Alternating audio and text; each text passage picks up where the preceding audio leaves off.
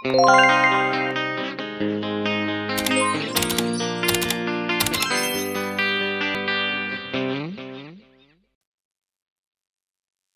everyone. Good afternoon.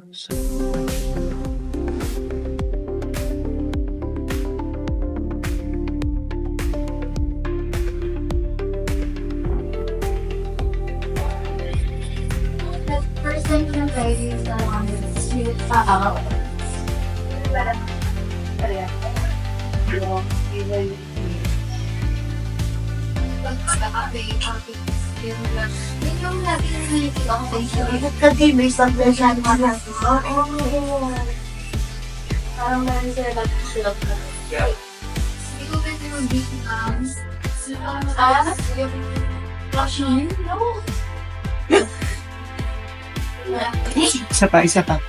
Yeah. Wait lang. Teacher, video ko lang ito. Ang cute ng Jordan. Hindi ko nagawa yung makain.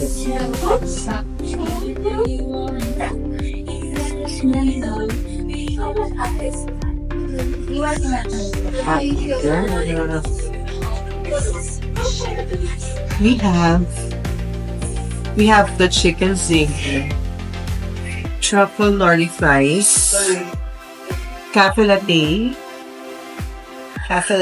and sea salt combi. Picture mo. 1, 2, 3.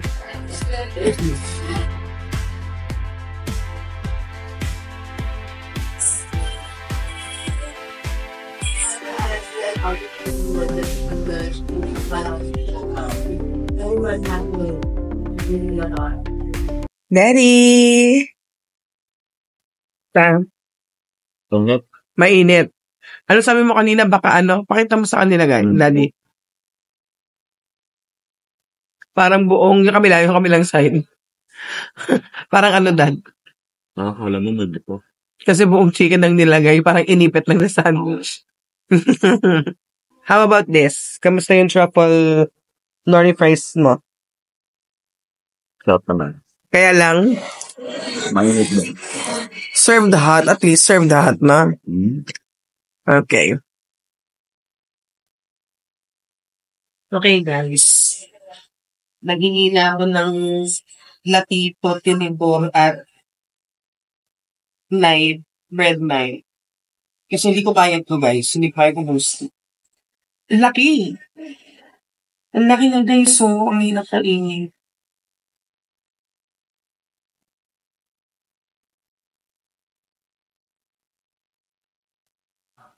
Ano, hatiin.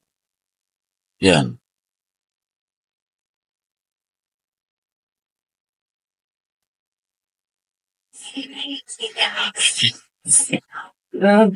Laki! Sige, let's eat.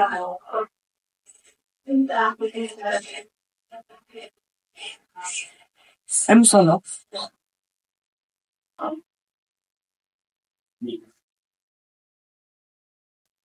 Okay guys, kinakain ko na siya part by part.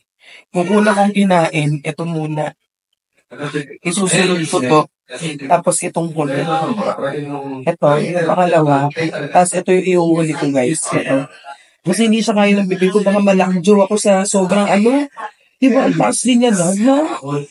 Ayun. Tapos ito, mukhang iuhuli ko na to guys. Kasi yung itsura niya, parang mabubusog ka na sa sobrang laki.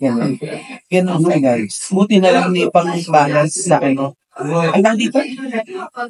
Truffle nori fries. Kain na.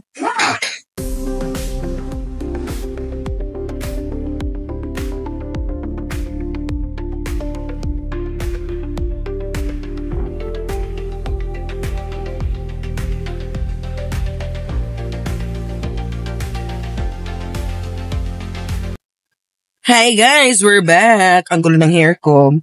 Ayan. So, I suggest, pag nagpunta kayo dito sa Many Hats, dito sa may BF yan, BF Resort Las Piñas, at kakain kayo sa Many Hats, make sure na talagang empty yung stomach nyo kasi grabe ang laki ng serving. Lalo na kung ang o-orderin nyo ay yung chicken zinger. Kailangan talagang, kayo, parang ready to fight, ganon. Tapos, kung hindi naman, kunyari, natripan nyo lang kumain or mag-coffee, tas nag-order kayo ng chicken zinger, pwede naman, pero, I suggest isa lang, tas maghati kayo ng kasama mo, no? Kasi nag-take out kami, guys. Tinake out ko yung kalahati. Happy ang mga dogs. Kasi talagang ang laki niya. Buti na lang, sabi ko nga kay Dad, hi Daddy, ako, Gio. Buti na lang, sabi ko kay Daddy, nag-order kami ng truffle nori fries kasi naalis yung umay.